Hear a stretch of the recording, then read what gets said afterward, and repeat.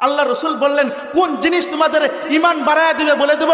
রসুল বললেন, শোনো, একে অপরকে ভালোবাসো। সুবহানাল্লাহ। রসুল বললেন, এই একে অপরকে ভালোবাসবে কিভাবে? বলে, দেখা হলে আফসুস সালাম, সালাম দিয়ে দাও। আমি আপনাদেরকে একটি কথা বলতে চাই, তা হলো আগেরকার জামানায় তো এরকম ছিল না। নবীর জামানায় নবীকে যখন হেদায়েত দেওয়া হলো, নবী হেদায়েত মানে নূর, যখন আল্লাহ তাআলা আল কোরআন যখন আমার নবীকে দান করলেন, নবী যখন কোরআনের ওহী যখন রসুলকে দেওয়া হলো, রসুল পেয়ে গেলেন, একাত্মবাদের দাওয়াত যখন নবীজি মক্কার অলিতে গলিতে দেওয়া শুরু করল, আবু জেহেলের কাছে গেল, চাচা আপনি তো আমাকে অনেক মহব্বত করেন, ভালোবাসেন, অনেক স্নেহ করেন, তা আমি 40 বছর হয়েছে, আল্লাহ আমাকে নবুয়ত দিয়েছে, এক আল্লাহর ইবাদত করো, আমাকে রসুল হিসেবে মানো।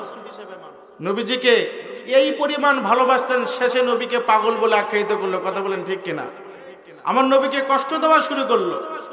আমার নবীজি যখন দিনের দাওয়াত দিতে লাগলেন, কাফের মুশরিক, এমনকি ওমর রাদিয়াল্লাহু আনহু পর্যন্ত ইসলাম ধর্ম গ্রহণ করে নাই, কিন্তু কাফের মুশরিক আবু জেহেল, উতবা, সাইবা, ওমর, তারা জানতো মুহাম্মদ যা বলে কখনো মিথ্যা বলে না, সত্য বলে। সুতরাং তিনি যে ধর্ম নিয়ে এসেছে, এক আল্লাহর দাওয়াত দিচ্ছে, তিনি যে রসুল নবী, এটা সত্য, কিন্তু তারা ঈমান আনেন।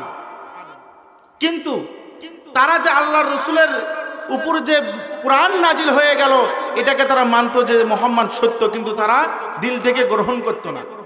কিন্তু তারা দেখেন, তারা মুশরিক ছিল, কাফের ছিল। আমরা যদি কোরআনের দিকে লক্ষ্য করি, সূরাতুল হাক্কার দিকে যদি আমরা লক্ষ্য করি, তাহলে আমরা বুঝতে পারবো কেন। গভীর মনোযোগ দেন মুসলমান ইমানদার, আল্লাহর গোলাম, গভীর মনোযোগ, গভীর মনোযোগ।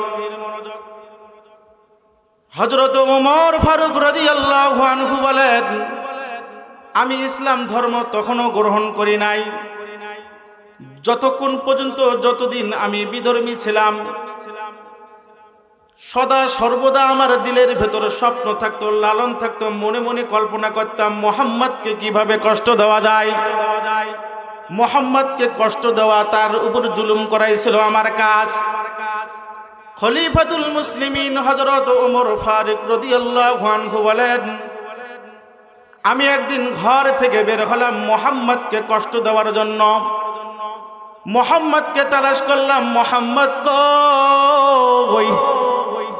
আমি মুহাম্মদকে তালাশ করতে করতে এক পর্যায়ে দেখলাম মুহাম্মদ রাসূলুল্লাহ সাল্লাল্লাহু আলাইহি ওয়াসাল্লাম হেরেম শরীফের ভিতরে প্রবেশ করে তিনি নামাজে দাঁড়াইছেন। হযরত ওমর ফারুক রাদিয়াল্লাহু আনহু বলেন, দুনিয়ার মানুষ শোনো শোনো, শুনে নাও। আমি যখন মুহাম্মদ নবীর পেছনে দাঁড়ায়া গেলাম, মুহাম্মদ রাসূলুল্লাহ যখন নামাজের ভিতরে সূরাতুল হাক্কা তেলাওয়াত করেন, আমি কোরআনের বাসন ভঙ্গি মিল দেখে মনে মনে বলতে লাগলাম, মুহাম্মদ কত বড় শায়ের। বলে, কেন? দুনিয়াতে যদি কোনো গান হয়, গানের প্রথম কলি এবং দ্বিতীয় কলি যদি মিল থাকে, শুনতে ভালো শোনা যায় কিনা? কথা বলেন না কেন? ও মুসলমান ইমানদার, আল্লাহর গোলাম, কোরআন এমন একটি মজাদার কিতাব, মজাদার কিতাব, আল্লাহর কালাম। এত সুন্দর করে আল্লাহ তাআলা মুহাম্মদ নবীকে দিয়েছেন। কোরআনের ভিতর আছে, ওয়াশ-শামসি ওয়া দুহাহা ওয়াল কমারি ইযা তালাহা ওয়ান নাহারি ইযা জাল্লাহা ওয়াল লাইলি ইযা ইয়াগশাহা। এই যে শেষে হা হা, শুনতে ভালো শোনা যায় কিনা? ওমর রাদিয়াল্লাহু আনহু বলেন, মুহাম্মদুর রাসূলুল্লাহ সাল্লাল্লাহু আলাইহি ওয়াসাল্লাম হেরেম শরীফের ভিতর প্রবেশ করে সূরাতুল হাক্কা তেলাওয়াত করেন। আমি মনে মনে ভাবলাম, মুহাম্মদ কত বড় কবি, তা না হলে এত সুন্দর কোরআনের মিল রেখে রেখে কিভাবে পড়ে? মক্কার লোকেরা তো মুহাম্মদকে কবি বলে, কবি বলে, এটা শায়ের বলে। বলে কেন? মুহাম্মদকে যে কিতাব দেওয়া হয়েছে, এইটা শায়েরের কিতাব, শায়েরের কিতাব। আপনাদের কাছে প্রশ্ন হলো, ওমর জোরে জোরে বলছে না মনে মনে বলল? কথা বলেন না কেন? ওমর রাদিয়াল্লাহু আনহু বলেন, রসুলের কোরআন তেলাওয়াত শুনে ওমর বলেন, মোহাম্মদ কত বড় কবি, কত বড় কবির কিতাব বলে, কত সুন্দর কোরআনের বাসনভঙ্গি। মনে মনে বলেন এটা হয়তো কোনো কবির কিতাব, শায়েরের কিতাব। আমার নবীজি বলেন, ওয়ামা হুয়া বিকাউলি শাইরিন কলিলাম মা তুমিনুন। এইটা কোনো কবির কিতাব নয়, এইটা কোনো শায়েরের কিতাব নয়। এইবার ওমরে ফারুক রাদিয়াল্লাহু আনহু বলেন, হায় হায়, মোহাম্মদ দেখি হায় হায় গণক কর বলে। কেন কেন কেন? আমি মনে মনে ভাবলাম এইটা কোনো শায়েরের কিতাব, আমি মনে মনে বলেছি, কিন্তু মোহাম্মদ দেখি উত্তর দেয়, ওমা হুয়া বিকাউলি শায়ের, এইটা কোনো শায়েরের কৌল নয়, এইটা কোনো শায়েরের কিতাব নয়। হায় রে হায়, মোহাম্মদ কত বড় গণক কর। মোহাম্মদ মনের খবর জানে, তাহলে মনে হয় এইটা কোনো গণকের কিতাব হতে পারে। ওমর রাদিয়াল্লাহু আনহু মনে মনে ভাবলেন, মনে মনে এই কথা যখন বললেন, এইবার আমার নবীজি পরের আয়াত নামাজের ভিতর তেলাওয়াত করেন, ওয়ালা বিকাউলি কাহিনিন কলিলাম মা তাযাক্কারুন।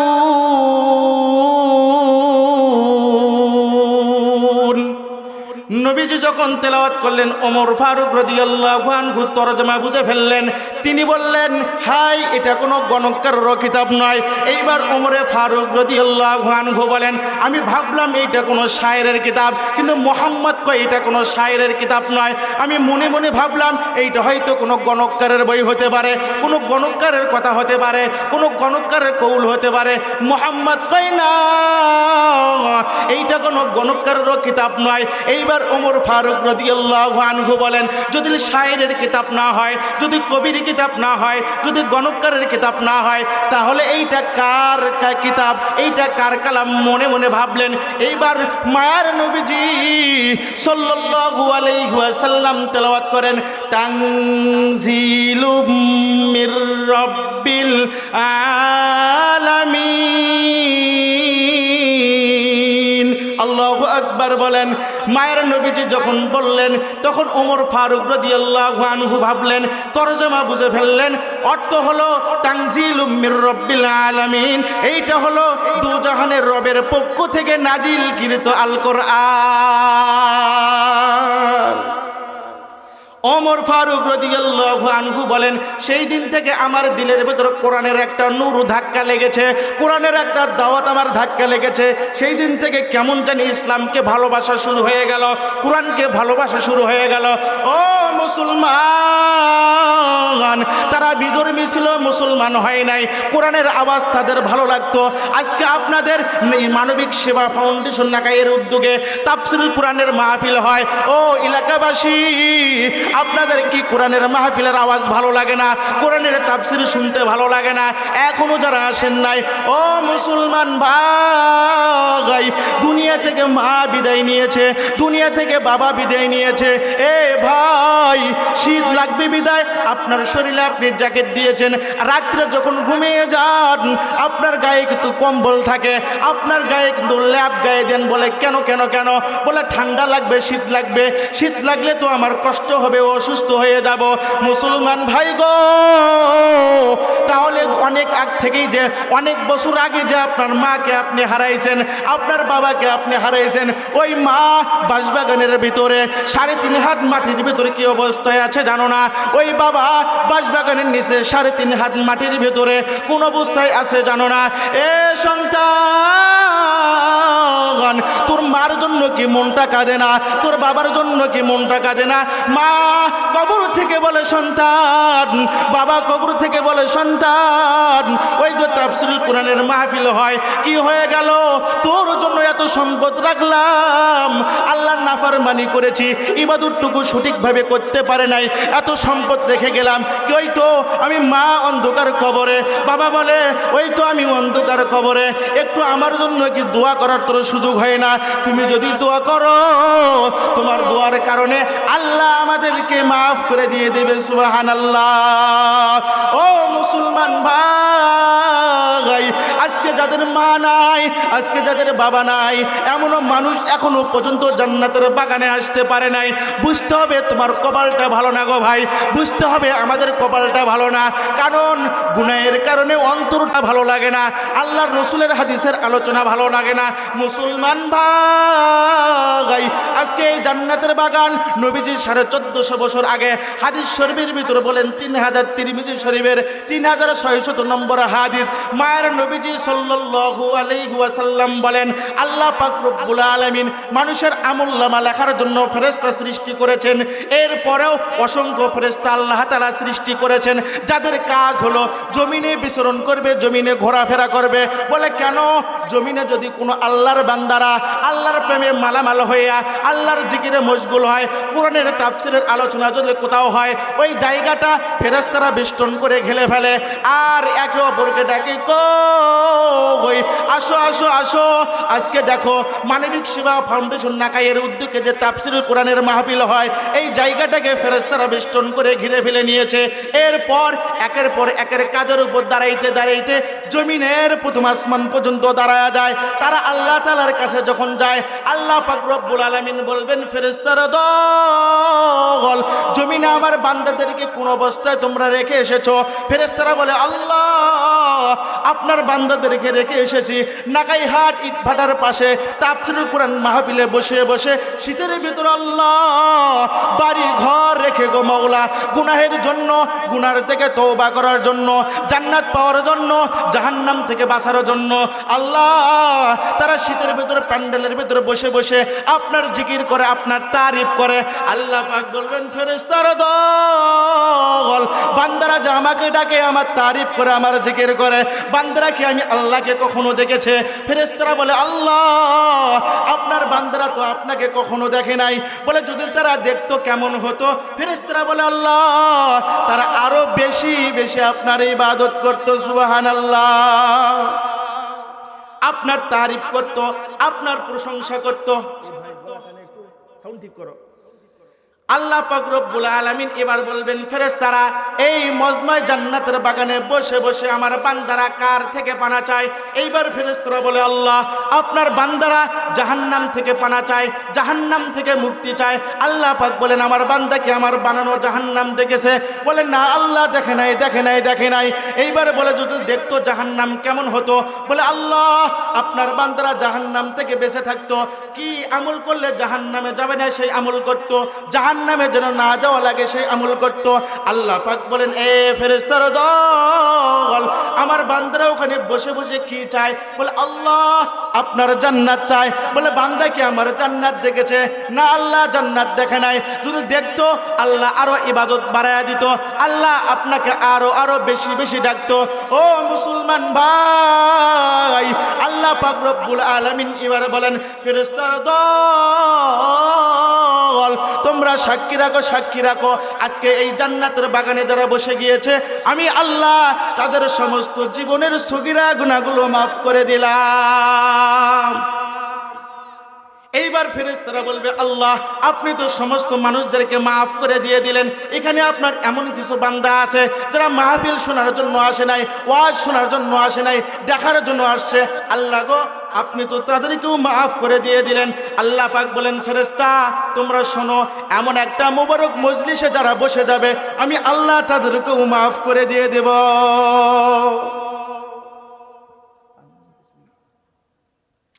তাহলে এমন একটা মুবারক মজলিসে আমরা যারা আসতে পারি নাই, বলেন তো আমাদের কপাল ভালো না খারাপ?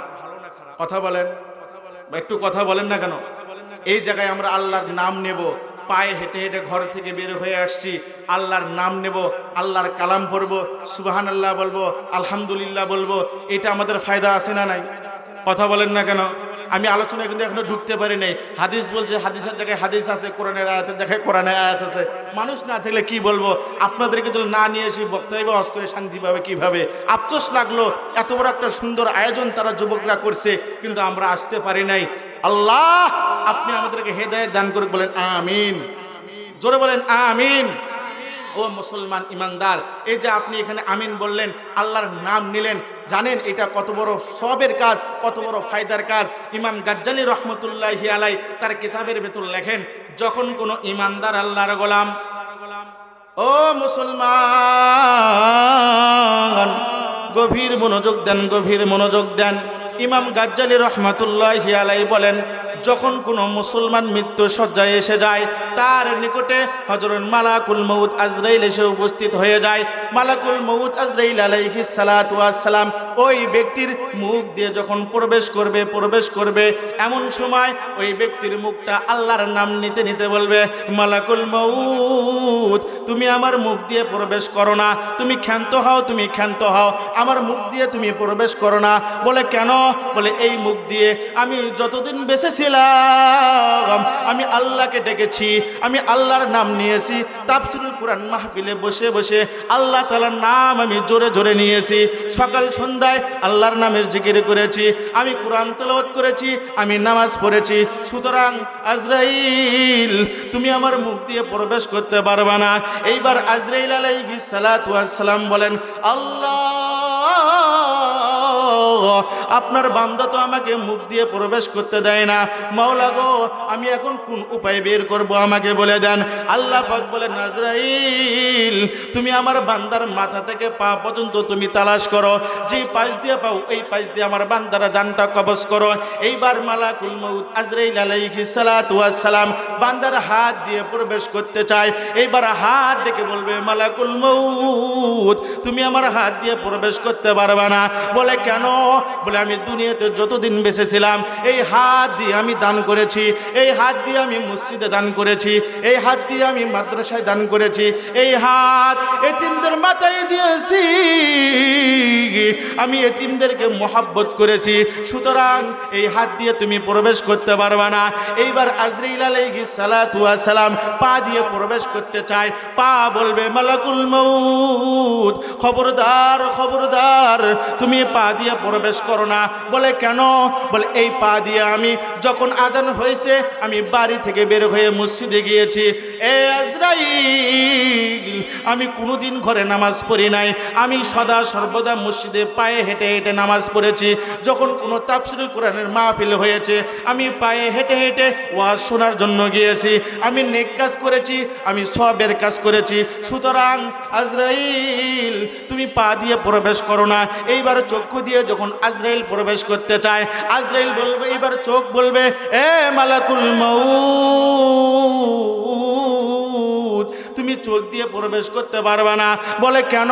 বলে দুনিয়াতে যতদিন আমি বেঁচে ছিলাম এই চোখ দিয়ে আল্লাহর কোরআন দেখে দেখে পড়েছি, এই চোখ দিয়ে রসুলের হাদিস আমি পড়েছি, এই চোখ দিয়ে আমি নেক কাজ করেছি, এই চোখ দিয়ে আলেম উলামাকে দেখেছি, এই চোখ দিয়ে পীর মাশায়েখকে দেখেছি, এই চোখ দিয়ে আমি নেক কাজ করেছি, সুতরাং এই চোখ দিয়ে তুমি প্রবেশ করতে পারবে না। এইবার আজরাইল আলাইহিস সালাতু ওয়াস সালাম কান দিয়ে যায়, কান বলে না না তুমি কান দিয়ে প্রবেশ করতে পারবে না। বলে কেন? বলে এই কান কতবার যে আল্লাহর কোরআনের ধ্বনি শুনেছি, কতবার যে রসুলের বাণী শুনেছি, কতবার যে তাফসীরুল কুরআন মাহফিলের আওয়াজ হয়েছে, ওয়াজ নসিহত হয়েছে, আমি কান দিয়ে শুনেছি, সুতরাং এই পাশ দিয়ে তুমি ঢুকতে পারবে না। এইবার মালাকুল মউত বলেন, আল্লাহ তোমার বান্দা তো কোনো পাশ দিয়ে আমাকে ঢুকতে দেয় না, যে পাশ দিয়ে চাই এই পাশ দিয়ে আমাকে তর্ক বিতর্কের ভেতরে ফেলে দেয়, আমার সামনে যুক্তি খাড়া করে। আল্লাহ গো বলো আমি তোমার বান্দার জানটা কিভাবে কবজ করব?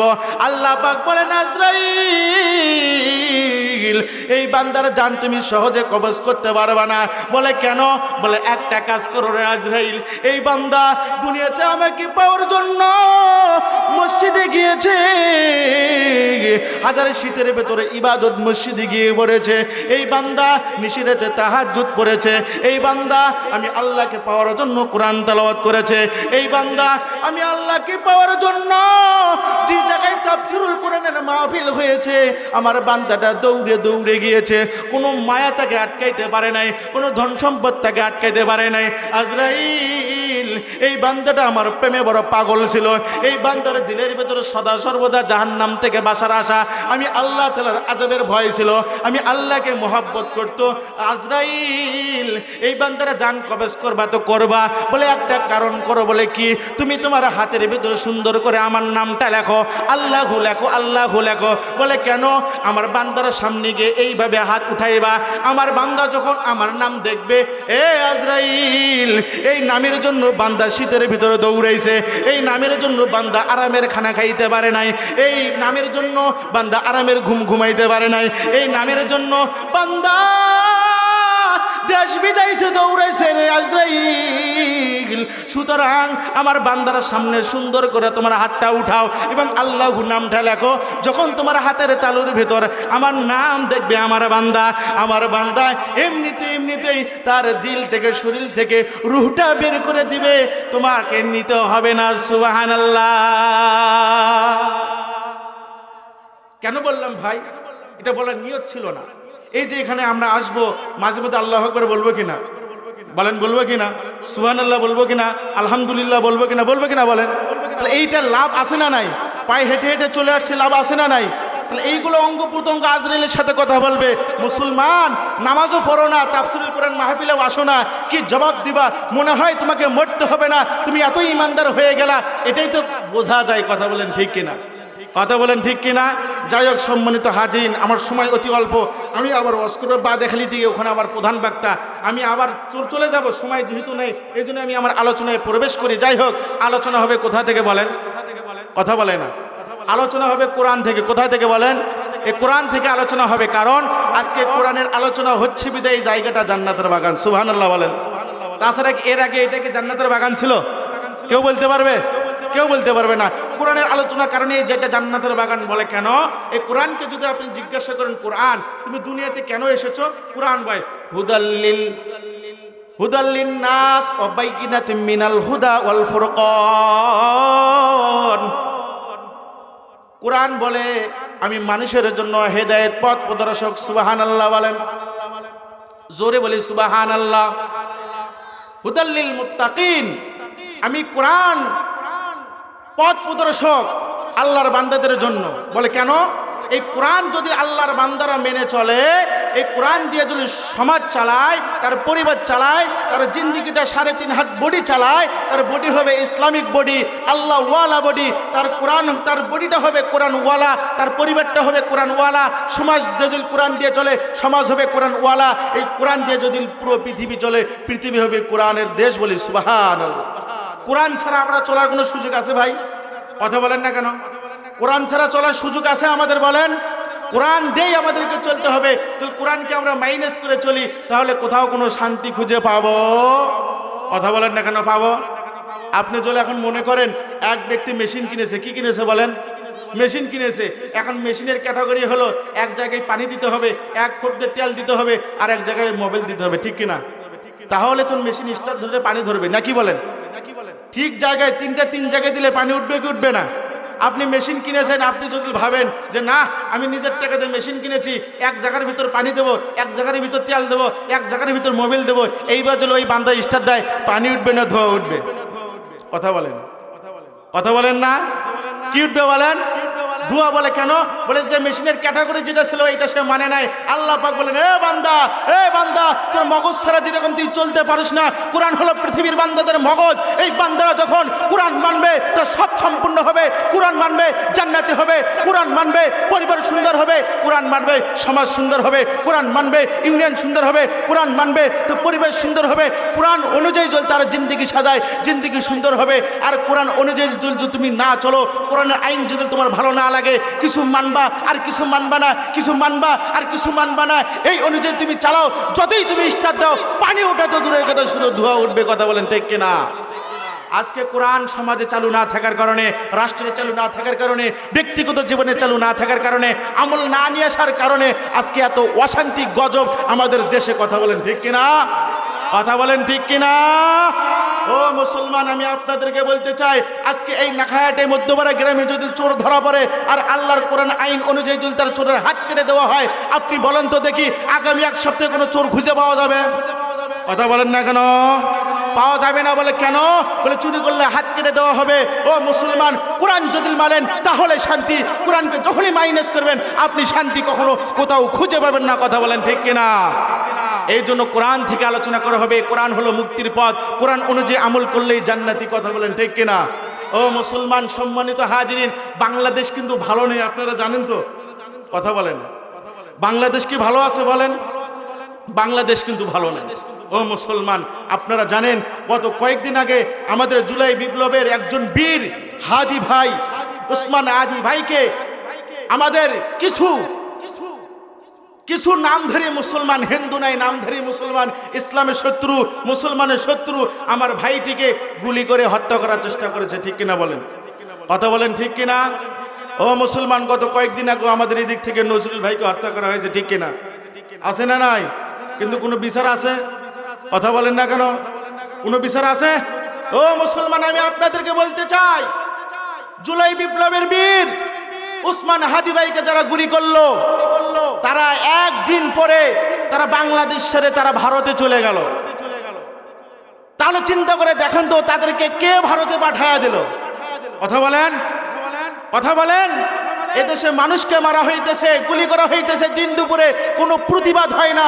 অথচ আমাদের নির্বাচন কমিশন যে আছে সেটা দাঁত কেলায়া বলে যে আমরা কি নির্বাচনের আগে এরকম দুই একটা ঘটনা ঘটে, মানুষের জীবন চলে যায় মৃত্যুর মুখে, অথচ তারা বলছে নির্বাচনের আগে এরকম দুই একটা ঘটনা ঘটে, তাহলে তার কাছে নির্বাচন বড় মনে হলো, আমাদের জীবনের কোনো মূল্য নাই। কথা বলেন ঠিক কিনা? ও মুসলমান, আমি আপনাদেরকে বলতে চাই, বাংলাদেশ এখন অনেক মুসিবতের মধ্যে আছে। এই হাদিকে নিয়ে তুলপাড় শোনেন। আমরা বলতে চাই, বাংলার জমিনে যদি হাদি ভাই ফিরে না আসে, বাংলার জমিনে যদি হাদি ভাইয়ের আসামিকে যদি গ্রেফতার করা না হয়, বাংলাদেশে যদি হাদি ভাইয়ের যদি কোনো কিছু হয়ে যায়, না ফেরার দেশে চলে যায়, আল্লাহ না করুক যদি হাদি ভাই দুনিয়া থেকে বিদায় নিয়ে যায়, আমরা মুসলমান হাদি ভাইয়ের রক্তের প্রত্যেকটা ফোঁটার বিনিময়ের বদলা নেবে। কথা বলেন ঠিক কিনা? কেন? ছাত্র জনতা বুকের তাজা রক্ত বিলীন করে দিয়ে দেশ স্বাধীন করেছে। সেই স্বাধীন দেশে নিষ্পাপের মতন 10 মাসের একটা সন্তান রেখে হাদি ভাই বর্তমানে বাংলাদেশের সিঙ্গাপুরে আছেন। সন্তানটা বাবা ডাকতে পারে না, বাবা সন্তানের ডাক ডাকতে পারে না। আপনার কলিজার টুকরা সন্তান রেখে যদি আপনাকে কেউ হত্যা করে কেমন লাগবে বলেন তো? প্রতিদিন সন্তানটা বাবা বাবা করে ডাকে, বাবা বাবা করে ডাকে, বাবার ডাকও পায় না, বাবার ভালোবাসাও পায় না, বাবার আদরও পায় না। আদৌ বাবা ফিরে আসবে কিনা সন্দেহ আছে। তাহলে একের পর এক জুলুম অত্যাচার আমাদের সমাজে বাংলাদেশে হয়ে যাচ্ছে, কোনো বিচার হয় না। যদি ধরাও পড়ে, এই ব্যক্তি আরো মামুর বাড়িতে গিয়ে রুটি গোস খায়। কথা বলেন ঠিক কিনা? ওই খারাপ বললাম? যদি ধরাও পড়ে, মামুর বাড়িতে গিয়ে আরো রুটি গোস খায়, বিচার হয় না, আরামে থাকে, আরামে থাকে। ও মুসলমান, শুনলে অবাক হয়ে যাবেন, হাদি ভাইকে যে গুলি করেছিল এই ব্যক্তিটা একটা আসামি ছিল, তাকে বের করে নিয়ে এসে আবার থেকে এই কাজে জড়ানো হয়েছে। এই জন্য সম্মানিত হাজিরিন, আমার বলা ওইটা মাকসাদ না। আমার মাকসাদ হলো কোরআন অনুযায়ী যদি আমরা চলতে পারি, কোরআন অনুযায়ী যদি আমরা মানতে পারি, কোরআন যদি আমরা জিন্দেগিতে সেট করতে পারি, আমাদের সব কিছু হবে সুন্দর। বলি সুবহানাল্লাহ। ও মুসলমান ইমানদার, এইবার আমি আপনাদেরকে বলতে চাই, আমরা তো বিভিন্ন অনেক দেখেছি, অনেক সোনার বাংলাদেশ দেখেছি, ডিজিটাল বাংলাদেশ দেখেছি। এবার আমরা সুযোগ, এবার আমরা দেখবো ইসলামের বাংলাদেশ। কথা বলেন ঠিক কিনা? এই জোরে কথা বলেন ঠিক কিনা? এইবার কোরআনকে আমরা সংসদে পাঠাবো, কোরআন অনুযায়ী পৃথিবী চলবে, কোরআনের আইন অনুযায়ী সমাজ চলবে, কোরআনের আইন অনুযায়ী দেশ চলবে। যেদিন কোরআন প্রত্যেকটা জায়গায় সেট করতে পারবে মুসলমান, তোমার নিরাপত্তা দেবে আল কোরআন, তোমার কোনো ক্ষতি হবে না, তোমার মরা মায়ের চালটাও কেউ খেতে পারবে না। কথা বলেন ঠিক কিনা? ও মুসলমান, আমি আপনাদেরকে বলতে চাই, আমাদের যদি কোরআন হিফাজতের জন্য, আল্লাহর দ্বীন হিফাজতের জন্য, আল্লাহকে যারা কটূক্তি করে, আল্লাহর সম্মান হিফাজতের জন্য, নবীর সম্মান হিফাজতের জন্য, আমাদেরকে যদি জীবনের তাজা রক্ত দিয়ে যদি কোরআন হিফাজতের জন্য, দ্বীন কায়েমের জন্য, ইসলাম কায়েম করার জন্য যদি আমাদেরকে ময়দানে নামতে হয়, মাথার গামছা কোমরে বেঁধে নামতে রাজি আছি তো ইনশাআল্লাহ? কথা বলেন, আজে আছি তো ইনশাআল্লাহ? আল্লাহ কবুল করেন, বলেন আমিন। সম্মানিত হাজিরিন, চলেন আলোচনায় যাওয়া যায়। আমি পবিত্র কালামুল্লাহ শরীফ থেকে একটি আয়াত, রসুলের অগণিত হাদিস থেকে একটি হাদিস তিলাওয়াত করেছিলাম। এই হাদিসের অর্থ বলেই আমি আপনাদের কাছ থেকে বিদায় নেব ইনশাআল্লাহ। এর আগে আমি আপনাদেরকে বলতে চাই, এই হাদিসের আমল আপনার তখনই আসবে যখন আপনার জীবনটা নামাজ দিয়ে ভরপুর হয়ে যাবে। সুবহানাল্লাহ বলেন। আপনার ইবাদতে নামাজ থাকবে, আপনার ইবাদতে হজ থাকবে, আপনার ইবাদতে রোজা থাকবে, আপনার ইবাদতে দান সদকা থাকবে, আপনার ইবাদত যখন 5 ওয়াক্ত নামাজ দিয়ে ভরপুর থাকবে, এই আমলটা আপনার জন্য সহজ হয়ে যাবে। কেন? 1450 বছর আগে নবীজি সাল্লাল্লাহু আলাইহি ওয়াসাল্লাম যখন আল্লাহর সঙ্গে দিদার করলেন, আল্লাহর সঙ্গে মেরাজ করলেন, আল্লাহ তাআলার আরশে আজমের খুঁটি ধরে কিতাবের ভিতর পাওয়া যায় নবীজি কান্না করলেন। আল্লাহ পাক বলেন, বন্ধু আপনি কাঁদেন কেন? আপনি আমার বাড়ির মেহমান। আল্লাহ রাসূল বলেন, ইয়া আল্লাহ, বিগত যারা যত নবী রাসূল চলে গিয়েছে সমস্ত উম্মতের বয়স ছিল হাজার হাজার বছর। আল্লাহ, তারা নেক ইবাদত করে তারা বেশি জান্নাতের দিকে অগ্রসর হয়েছে। আমার উম্মতের হায়াত হবে 50-60। আমার উম্মত তো বেশি ইবাদত করতে পারবে না, মনে হয় আমার উম্মতের নেকি কম হয়ে যাবে। কত মায়ের নবী, বলি সুবহানাল্লাহ। এই নবীকে ভালোবাসার দরকার আছে না নাই? এই নবীর প্রতি মহব্বত দেখার দরকার আছে না নাই? এদের নামাজের পাশাপাশি রাসূলের প্রতি দরুদ পড়তে হবে। যাই হোক, আল্লাহ পাক বলেন, বন্ধু আমি আপনাকে এমন কিছু কিছু বোনাস দিয়েছি যে বোনাসগুলো অন্য কোনো নবীর উম্মতকে দেয়নি। সুবহানাল্লাহ বলেন। আল্লাহ পাক বলেন, বন্ধু আপনাকে আমি আওয়াবিন দিয়েছি, ইশরাক দিয়েছি, রমজানের রোজা দিয়েছি, আপনাকে আমি লাইলাতুল কদর দিয়েছি, শবে কদর দিয়েছি, শবে বরাত দিয়েছি। ও বন্ধু, আপনাকে আমি এত সুন্দর সুন্দর মেসেজ দিয়েছি। বলে কি মেসেজ? আপনার যদি কোনো উম্মত ইখলাসের সহিত যদি কোনো আমল করতে পারে আমি আল্লাহ মাফ করে দিয়ে দেব। আপনার উম্মত যদি একটা আমল করতে পারে আমি আল্লাহ মাফ করে দিয়ে দেব। আপনার উম্মত যদি ইখলাসের সহিত 2টা আমল করে আমি আল্লাহ মাফ করে দিয়ে দেব। আপনার উম্মত যদি ইখলাসের সহিত 3টা আমল করতে পারে আমি আল্লাহ মাফ করে দিয়ে দেব। আপনার উম্মত যদি ইখলাসের সহিত 4টা আমল করতে পারে আমি আল্লাহ মাফ করে দিয়ে দেব। সুবহানাল্লাহ। বলে কিভাবে বুঝায় আপনাদেরকে? কি নেই, না বুঝাইলে তো বুঝবেন না। আল্লাহ পাক বলেন, বন্ধু এমন এমন কাজ দিয়েছি যেটা আপনার উম্মত করতে দেরি আমি আল্লাহ মাফ করে দিতে দেরি করিনি। যেহেতু মা বোনেরা আছে, মা বোনদেরকে দেই একটা উদাহরণ দেই নাকি বলেন? দেখেন, উদাহরণটা হলো বাদশাহ হারুনুর রশিদ ছিলেন, তিনি ইনসাফগার বাদশাহ ছিলেন। তার বিবির নাম ছিল জুবাইদা। তিনি আল্লাহ ওয়ালি একজন মহিলা ছিলেন। এই জুবাইদা তার বাগদাদ শরীফ থেকে, বাগদাদ শহর থেকে মক্কা পর্যন্ত একটা নদী খনন করে দিয়েছিলেন হাজিদের জন্য। এখনো জুবাইদা নামে লেখা আছে। এত বড় সওয়াবের কাজ করেছিলেন।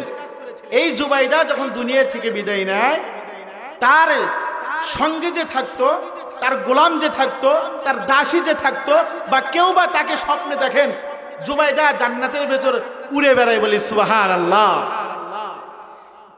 স্বপ্নে যুগে তাকে জিজ্ঞাসা করা হলো, জুবাইদা আল্লাহ পাক রব্বুল আলামিন আপনাকে মাফ করে দিয়েছে, জান্নাতের ভেতর আপনি উড়াল দেন, উড়াল দেন। এত শান শৌকত মর্যাদাপূর্ণ জান্নাত আল্লাহ আপনাকে দান করেছে। ও জুবাইদা, আল্লাহ পাক রব্বুল আলামিন তোমাকে কোন আমলের কারণে মাফ করে দিয়েছে একটু আমাকে বলো। জুবাইদা বলে, শোনো শোনো শোনো, এক আমলের কারণে আল্লাহ তাআলা আমাকে মাফ করে দিয়েছে। বলে আমলটা কি? বলে আমলটা হলো ছিল না। জুবাইদা বলেন, আল্লাহর নামের মর্যাদার কারণে, আল্লাহর নামের মর্যাদার কারণে আজান শোনার সঙ্গে সঙ্গেই আমি আমার মাথায় এইভাবে কাপড় দিয়ে দিলাম। আল্লাহ পাক বলেন, জুবাইদা এই আমলটা আমার কাছে এমন পছন্দ হয়েছে। ওই সময় দুনিয়ার কোনো মানুষ ছিল না, ওই সময় দুনিয়ার কোনো মানুষ ছিল না। জুবাইদা এই আমলটা শুধু আমাকে মহব্বত করে তুমি করেছো, আমার নামকে মর্যাদা দিয়েছো, আমার নাম সম্মানের কারণে মাথায় কাপড় দিয়েছো। এ জুবাইদা, আমি এই নামের কারণে তোমার জিন্দেগির গুনাহ মাফ করে তোমাকে জান্নাত দিয়ে দিলাম। দেখেন কত ইবাদত করেছে। এই বলে আবার এইটা না যে এগুলোই করবেন, 5 ওয়াক্ত নামাজ তার আছে, সব কিছু আছে, কিন্তু আল্লাহু আকবার আজান কানে আসছে, মাথায় কাপড় ছিল না। আল্লাহর নামের মর্যাদার কারণে মাথায় কাপড় দিয়ে দিলেন, একটা আমলের কারণে আল্লাহ মাফ করে দিয়ে দিলেন। আল্লাহ পাক বলেন, বন্ধু এইরকম বোনাস আপনার উম্মতকে দিয়েছি যা অন্য কোন নবীর উম্মতকে দেই নাই। সুবহানাল্লাহ বলেন। মা বোনেরা যারা আছেন, এখন আমাদের ডিজিটাল মা বোন হয়ে গিয়েছে, পাক করাও লাগে না, মাথায় তো কাপড় থাকে না, ঘরের ভেতরেও থাকে না, বাইরে তো আর থাকেই না। এখন একটা কথা না বললেই নয়, সমাজে একটা জিনিস চালু হয়েছে, মা বোনরা মাথায় কাপড় না দিতে এমন বেহায়া হয়ে গিয়েছে, যারা জানে না আমার একটা চুল যদি একটা বেগানা পুরুষ থেকে জিনার গুনাহ হয়ে যায়, আফসোস লাগে। আপনাদের সমাজে আছে কিনা আমি বিভিন্ন জায়গায় দেখতেছি, আমাদের গ্রামের ভেতর অসহায় যেগুলো মহিলা আছে তাদেরকে কে বা কারা চক্র টাকার লোভ দেখাইয়া মাথার চুলগুলো বিক্রি করে তাদেরকে দিয়ে দিয়েছে, এই চুলগুলো তোমরা বাছাই করবা আর দিনে 50 টাকা করে কামাই করবা। প্রত্যেকটা গ্রামে দেখবা চুল নিয়ে এই মহিলাগুলো বসে গিয়েছে, তারা আল্লাহর ইবাদত করে না, অথচ চুল বিক্রি করা হারাম, চুল বিক্রি করা হারাম। চুল এইটা বিক্রি করা মানে আল্লাহর সঙ্গে যুদ্ধ ঘোষণা করা। মা বোনেরা কোথায় গিয়ে দাঁড়াইছে? নামাজ কালাম না থাকার কারণে, আল্লাহর ভয় না থাকার কারণে তারা এইভাবে তারা নিয়মিত সমাজে এগুলো চালু করে দিচ্ছে। আর এদের মূল হোতা হলো ইহুদি, খ্রিস্টান, নাসরানি। এই জন্য সংশোধন করার জন্য বলছি, মা বোনেরা আপনারা এইগুলো কাজ ছেড়ে দেন, মাথায় কাপড় দেন, 5 ওয়াক্ত নামাজ পড়েন। যাই হোক, আমার আলোচনা ছিল, আমি বললাম আল্লাহ রসুল বলেন, হাদিস শরীফের ভিতর বলেছেন, উম্মত শোনো, মক্কা থেকে আমার নবীজি যখন মদিনায় চলে গেলেন, সাহাবাদেরকে হাসতে হাসতে বললেন, উম্মত আমি তোমাদেরকে 4টা আমলের কথা বলবো, এই 4টা আমল যদি তোমরা করতে পারো, আমি নবীজি বললাম বিনা হিসেবে তোমরা জান্নাতে চলে যাবা। সুবহানাল্লাহ বলেন। আচ্ছা ভাই, হিসাব দিয়ে কেউ জান্নাতে যেতে পারবেন? যে জান্নাতে হবে সে হিসাব ছাড়াই হবে। যে জান্নাতে হবে হিসাব ছাড়া আল্লাহ তাকে জান্নাত দেবে। যদি কারো হিসাব শুরু হয়ে যায় সে কোনোদিন জান্নাতে যেতে পারবে না, ধরা খেয়ে যাবে। আল্লাহ রসুল বললেন, শোনো উম্মত, তোমরা বিনা হিসেবে যদি জান্নাতে যেতে চাও তাহলে 4টা আমল করো। আল্লাহ রসুল সাল্লাল্লাহু আলাইহি ওয়াসাল্লাম বলেন, আফসুস সালাম। 1 নম্বর নবীজি বলেন, তোমরা সালাম বেশি বেশি দাও। সুবহানাল্লাহ বলেন, জোরে বলি সুবহানাল্লাহ। বলে কেন? সালামের এত মর্যাদা, এত মর্যাদা, এত গুরুত্ব, এত গুরুত্ব। নবী করিম সাল্লাল্লাহু আলাইহি ওয়াসাল্লাম বলেন, সালাম। এক সাহাবী নবীজিকে বললেন, ইয়া রাসূলুল্লাহ, ইয়া হাবিবাল্লাহ, ইসলামের ভিতরে সবচেয়ে গুরুত্বপূর্ণ কাজ কোনটি, আমল কোনটি? নবীজি বললেন, তোমরা সালাম বেশি বেশি দাও। কেন? সালাম হলো শান্তি। সালাম দিলে দিল থেকে অহংকার দূর হয়, সালাম দিলে দিল থেকে অহংকার দূর হয়, নিজেকে ছোট মনে হয়। ভাই ভাইয়ের সঙ্গে তর্ক হয়েছে, যদি দেখা হয় যে ভাই আগে সালাম দেখ, দিলের ভিতরে হিংসা থাকবে বলেন তো? থাকবে বলেন তো? হাসি বের হবে কিনা? স্ত্রী যদি স্বামীকে সালাম দেয়, স্বামী যদি স্ত্রীকে সালাম দেয়, স্বামী স্ত্রীর মধ্যে মনোমালিন্য হয়েছে, স্বামী স্ত্রীর মধ্যে একটু কথা কাটাকাটি হয়েছে, কথা বন্ধ। স্বামী যদি বাইরে থেকে এসে স্ত্রীকে সালাম দেয়, স্ত্রীকে হাসি না দিতে পারবে? থাকতে পারবে বলেন? সালাম দেওয়ার কারণে মহব্বত পয়দা হয়। নবীজি অপর হাদিসের ভিতর বলেন, তোমরা ততক্ষণ পর্যন্ত ইমানদার হতে পারবে না যতক্ষণ পর্যন্ত না, তোমরা ততক্ষণ পর্যন্ত জান্নাতে যেতে পারবে না যতক্ষণ পর্যন্ত না ইমানদার হবা। নবীজি বললেন, তোমাদেরকে কি বলে দেবো কোন জিনিস তোমাদেরকে ইমানওয়ালা বানাবে? আওয়ালা আদুল্লুকুম আলা শাইইন ইযা ফাআলতুমুহু হাত্তা তাহাব্বাতুম। আল্লাহ রাসূল বললেন, কোন জিনিস তোমাদের ইমান বাড়ায় দিবে বলে দেবো?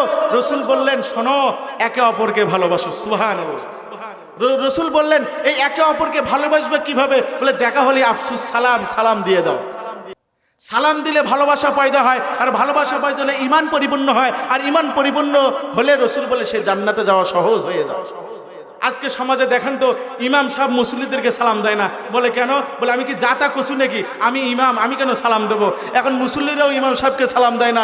সালাম উঠে গিয়েছে। হাজার দুশ্মন সামনে পড়ে সালাম দেন, দেখবেন বেশি দিন আপনার দুশ্মনী টিকবে না, বন্ধুত্ব হয়ে যাবে কিনা বলেন? এটা রসুলের বাণী, রসুলের বাণী। রসুল বললেন, 1 আমল 4 আমল করলে তোমরা জান্নাতে যাবা সহি সালামতে, হিসাব ছাড়া। 1 নম্বর বলেন আফসুস সালাম, তোমরা সালাম বেশি বেশি দাও। বলে কেন? সালাম দিলে অহংকার দূর হয়ে যায়, সালাম দিলে নিজেকে ছোট মনে হয়, সালাম দিলে শান্তি হয়। বলে কেন? সালাম মানে শান্তি। আপনি আমাকে চেনেন না, আমি আপনাকে চিনি না, দেখা হলেই বলি আসসালামু আলাইকুম, মানে ও আল্লাহর বান্দা, আপনার প্রতি আল্লাহর শান্তি বর্ষিত হোক। বলি কি বলি না? কথা বলেন, বলি কি বলি না? তাহলে সালামের আপনি অপর মুসলমানের জন্য দোয়া করে দিলেন, কিন্তু এই দোয়াটা কি ছোট জিনিস? কথা বলে না, ছোট জিনিস? এখন দেখেন, সালাম নিয়ে যদি আলোচনা করা হয় 1 ঘন্টা চলে যাবে। কেন? আপনার দোস্ত দুশ্মন থাকতেই পারে, আপনার ভাই ভাই কথা কাটাকাটি থাকতেই পারে। এমন মুসলমান আছে সালাম দিলে উত্তর দেয় না, আছে না নাই? আছে না নাই? তা আপনার দুশ্মনকে আপনি সালাম দিলেন, সে উত্তর দিল না। আল্লাহ রসুল বলেন আরো তোমার জন্য ভালো হলো, সুবহানাল্লাহ। বলে কেন? সে যদি সালামের উত্তর না দেয়, তোমার উত্তরটা ফেরেশতারা দিয়ে দেয়, সুবহানাল্লাহ। তুমি যে ব্যক্তিকে সালাম দিয়েছিলা সে ছিল গুনাহগার, কিন্তু যে উত্তর দিল এই ফেরেশতারা, তাদের কোনো গুনাহ নাই, তারা বলে আল্লাহ এই বান্দার প্রতি আপনি শান্তি রহমত নাযিল করেন, বলে সুবহানাল্লাহ। আমি কেন এই হাদিসটা প্রায় জায়গায় বলি, যেখানে আমার আলোচ্য বিষয় তেমন থাকে না বা আমি গুছাইতে পারবো না, সংক্ষিপ্ত আকারে এই হাদিসটা বলি। বলে কেন? যতদিন বাসে থাকবো আমি এই হাদিসটা বলেই যাব। ছোট্ট 4টা আমল যদি কোনো আল্লাহর বান্দা করতে পারে, সে বিনা হিসেবে জান্নাত।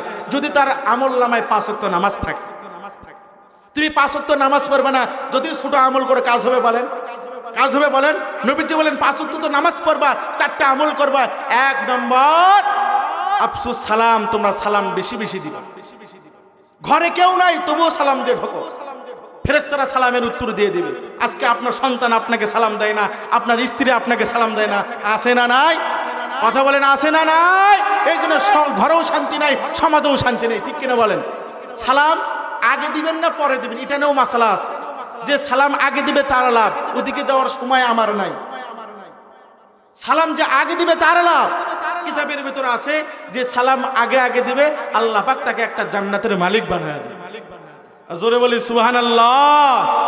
বলে দেব, বলে দেব, বলে দেব, বলে দেব, বলে দেব, বলে দেব। এই ঘটনা বলে আমি শেষ করে দেবো ইনশাআল্লাহ। মুসলমান ইমানদার আল্লাহর বান্দা, গভীর মনোযোগ, গভীর মনোযোগ। খলিফাতুল মুসলিমিন হযরত ওমর ফারুক রাদিয়াল্লাহু আনহু, হযরত আবু বকর সিদ্দিক রাদিয়াল্লাহু আনহু, দুইজন বিশাল বড় সাহাবী। এই দুইজনের ভেতর প্রতিযোগিতা শুরু হইতো। একজন আমলের প্রতিযোগিতা, আমলের প্রতিযোগিতা, কে কার থেকে বেশি আমল করত, কে কারে চাইতে বেশি নেক আমল করত। ও মুসলমান বন্ধু, ওমর রাদিয়াল্লাহু আনহু আবু বকর রাদিয়াল্লাহু আনহুকে আগে আগে সালাম দিতেন। ও মুসলমান ভাই, আবু বকর সিদ্দিক রাদিয়াল্লাহু আনহু বলেন ওমর তো আমাকে প্রতিদিন আগে আগে সালাম দেয়, এইবার আমি ওমরকে আগে আগে সালাম দেব। ও মুসলমান, দুইজনের সাক্ষাৎ হয়ে গেল। আবু বকর সালাম দেওয়ার আগেই ওমর সালাম দিয়ে দিলেন। আবু বকর ভাবলেন আজকে আমি ঠকে গেলাম, আমি দ্বিতীয় দিন ওমরকে দেখা হলে সালাম দেব। এইবার দ্বিতীয়বার দিন দুইজনের সাক্ষাৎ হয়ে গেল। আবু বকর সালাম দেওয়ার আগে ওমর সালাম দিয়ে দিলেন। ও মুসলমান, এইবার আবু বকর সালাম দিতে পারলেন না। তৃতীয় দিনও যখন দেখা হয়ে গেল, আবু বকর আগে আগে সালাম দিলেন। এইবার যেদিনই দেখা হয় ওমর আগে সালাম দেয়, আবু বকর সালাম দিতে পারে না। আবু বকর ভাবলেন আমি ওমরকে আগে আগে সালাম দিতে পারবো না। এইবার হঠাৎ করে একদিন দেখা হয়ে গেল। এইবার ওমর ফারুক রাদিয়াল্লাহু আনহু আবু বকরকে সালাম দিলেন না। এইবার আবু বকর এই সুযোগে ওমরকে সালাম দিয়ে দিলেন। সালাম দেওয়ার সঙ্গে সঙ্গেই আবু বকরের দিলে একটা চোট লাগলো। কিরে, এত চেষ্টা করার পরেও তো আমি ওমরকে সালাম দিতে পারি না, কি ব্যাপার? আজকে আমি ওমরকে সালাম দিলাম, ওমর কি আমার উপর নারাজ? ওমর কি আমার কথায় কাজে কষ্ট পেয়েছে? তা না হলে তো আমি চেষ্টা করেও সালাম দিতে পারি না। ও মুসলমান ভাই, দেখেন তাদের ভালোবাসাটা কেমন, তাদের মহাব্বত কেমন, তাদের মহাব্বত কেমন। কেউ আমার প্রতি নারাজ থাকলো কিনা এইটা নিয়ে একটু চিন্তায়। অথচ আমাদের সমাজে আছে ভাই ভাইয়ের দুশ্মনী করে, বাবা সন্তানের দুশ্মনী করে, এক অপর ভাই অপর ভাইয়ের দুশ্মনী করে। সে কিভাবে এত সুন্দর চলে, তার পেছনে লেগে থাকে, আছে না নাই? কথা বলেন, আছে না নাই? ওমর ফারুক রাদিয়াল্লাহু আনহু বলেন ওমর, তুমি কি আমার প্রতি নারাজ হয়েছো? বলে না না না, নারাজ নয়। তাহলে তুমি কেন আমাকে সালাম দিলে না? আমি তো তোমাকে চেষ্টা করেও সালাম দিতে পারি না। শোনো ওমর, তুমি যদি না বলো আমি মুহাম্মদ নবী সাল্লাল্লাহু আলাইহি ওয়াসাল্লামের দরবারে নালিশ করব। সুবহানাল্লাহ। তাদের নালিশ কি ঝগড়া না ভালোবাসার নালিশ? কথা বলেন তো, কথা বলেন না, কথা বলেন। ও মুসলমান ইমানদার আল্লাহর গোলাম, গভীর মনোযোগ, গভীর মনোযোগ। এইবার আবু বকর রাদিয়াল্লাহু আনহু চলে গেলেন নবীজির দরবারে। নবীজিকে বললেন ইয়া রাসূলুল্লাহ, ইয়া হাবিবাল্লাহ, নবীজি ওমর আমার প্রতি নারাজ নারাজ নারাজ। বলে কেন? বলে ওমরকে আমি প্রতিদিন সালাম দেওয়ার চেষ্টা করি, কিন্তু ওমরকে সালাম দিতে পারি না। আমি এক পর্যায়ে হেরে যাই, ভাবলাম আর কোনোদিন ওমরকে সালাম দিতে পারবো না। কিন্তু হঠাৎ করে আজকে ওমরকে সালাম দিলাম, ওমর আমাকে সালাম দেওয়ার সুযোগ করে দিয়ে দিল। মনে হয় ওমর আমার প্রতি কষ্ট পেয়েছে, আমার কথাই নারাজ হয়েছে, আমার কোনো আচরণে কষ্ট পেয়েছে, তা না হলে তো আমি সুযোগ কখনো পাই না। নবীজি বললেন ওমর, আবু বকর যা বললো তা কি ঠিক? তুমি কি আবু বকরের প্রতি নারাজ? তুমি কি আবু বকরের কথায় কষ্ট পেয়েছো? তুমি কি আবু বকরের উপর নারাজ হয়েছো? ওমর বললেন ইয়া রাসূলুল্লাহ, ইয়া হাবিবাল্লাহ, আমি আবু বকরের প্রতি নারাজ না, আমি আবু বকরের প্রতি নারাজ না। এবার রাসূলুল্লাহ বললেন তুমি যদি আবু বকরের প্রতি নারাজ না থাকো তাহলে বলো কেন তুমি আবু বকরকে সালাম দিলে না? ঠিক আছে না নাই? ওমর তুমি সালাম দাও, আবু বকর চেষ্টা করার পরেও সালাম দিতে পারে না, তাহলে তুমি যে আজকে সালাম দেওয়া বন্ধ করলে, আবু বকর তোমাকে আগে সালাম দিল, কারণটা কি? নিশ্চয়ই কোনো রহস্য আছে, আছে না নাই? কথা বলেন, কথা বলেন না কেন? সালাম দেওয়া যাবে তো ইনশাআল্লাহ? দেওয়া যাবে তো ইনশাআল্লাহ? এইবার ওমর ফারুক রাদিয়াল্লাহু আনহুকে যখন নবীজি বললেন ওমর তুমি কেন আবু বকরকে আজ সালাম দিলে না? আবু বকর তোমাকে সালাম দিল, বলো বলো তুমি কি আবু বকরের প্রতি নারাজ? ওমর বললেন ইয়া রাসূলুল্লাহ, আমি আবু বকরের প্রতি নারাজ না। বলে তাহলে ব্যাখ্যা দাও, ব্যাখ্যা দাও, কেন সালাম দিলে না? এইবার ওমর ফারুক রাদিয়াল্লাহু আনহু বলেন নবীজি আমি যখন ইশার নামাজ পড়ে ঘুমিয়ে গেলাম, আমি স্বপ্নের ভিতরে দেখলাম আমাকে এমন একটি জায়গায় উপস্থিত করা হয়েছে। নবী গো, আমি এমন একটা সুন্দর মহল দেখলাম যে যে এত সুন্দর মহল দেখেছি দুনিয়াতে চোখ এত সুন্দর মহল দেখে নাই, এত সুন্দর বাড়ি দেখে নাই। ইয়া রাসূলুল্লাহ, এত সুন্দর মহল দেখে আমি পাগল হয়ে গেলাম। ওই মহলের ভিতর দেখলাম সুন্দর একটা ঘর দেখা যায়, এত সুন্দর ঘর দুনিয়াতে চক্ষু কোনোদিন দেখে নাই। এত সুন্দর দামি পাথরগুলা, এত সুন্দর দামি ইটগুলা যা দুনিয়াতে কেউ দেখাতে পারবে না। নবী গো,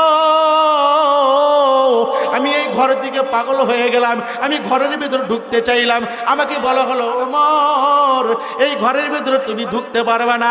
বলে কেন কেন? বলে এই ঘরটা তার জন্য। বলে কার জন্য? বলে তাড়াতাড়ি আমাকে বলো। তখন বলেন ওমর এই সুন্দর একটা বালাখানা দেখা যায়, এইটা জান্নাতের একটা অংশ, এইটা জান্নাতের ভেতরে একটা বালাখানা। ওমর এই বালাখানাটা আল্লাহ তাআলা তাকে দান করে দিয়েছেন যে দুনিয়াতে আগে আগে সালাম মানুষকে দিয়ে দেবে। সুবহানাল্লাহ, জোরে কয় না রে? আর জোরে বলেন সুবহানাল্লাহ।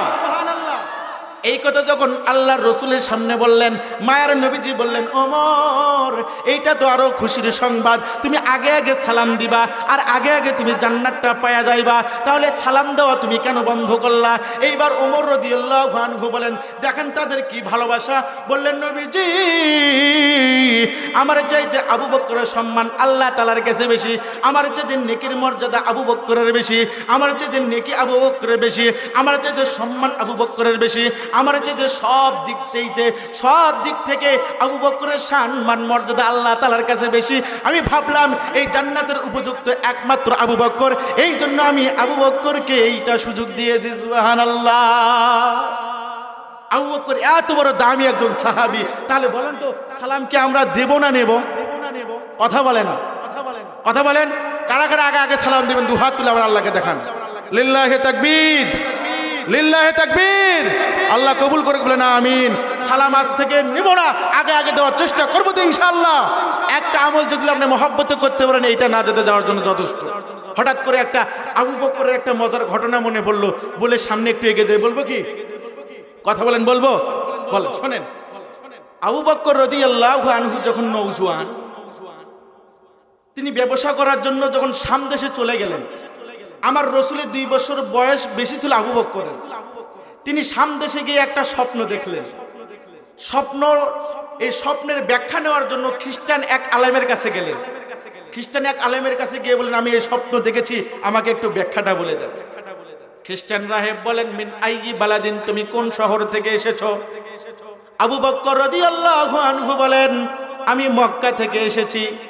এইবার ওই খ্রিস্টান আলেম বলেন ওয়াংতা তাকুনু ওয়াজিরুহু ফি হায়াতিহি ওয়া খলিফাতাহু বাদা ওয়াফাতিহি। আবু বকর শোনো শোনো শোনো, মক্কা নগরীতে আল্লাহ পাক রব্বুল আলামিন মোহাম্মদ আব্দুল্লাহর কোলে একটা সন্তান দান করবে যার নাম হবে মোহাম্মদ। এই মোহাম্মদ আল্লাহ পাক রব্বুল আলামিন মোহাম্মদকে নবুয়ত দান করবেন। যখন নবুয়ত দান করবেন এই মোহাম্মদের উজির তুমি হবা। যতদিন মোহাম্মদ বেঁচে থাকবে তুমি তার উজির হবা উজির। এই মোহাম্মদ যেদিন দুনিয়া থেকে বিদায় নেবে তুমি তার খলিফাতের দায়িত্ব পালন করবে। সুবহানাল্লাহ।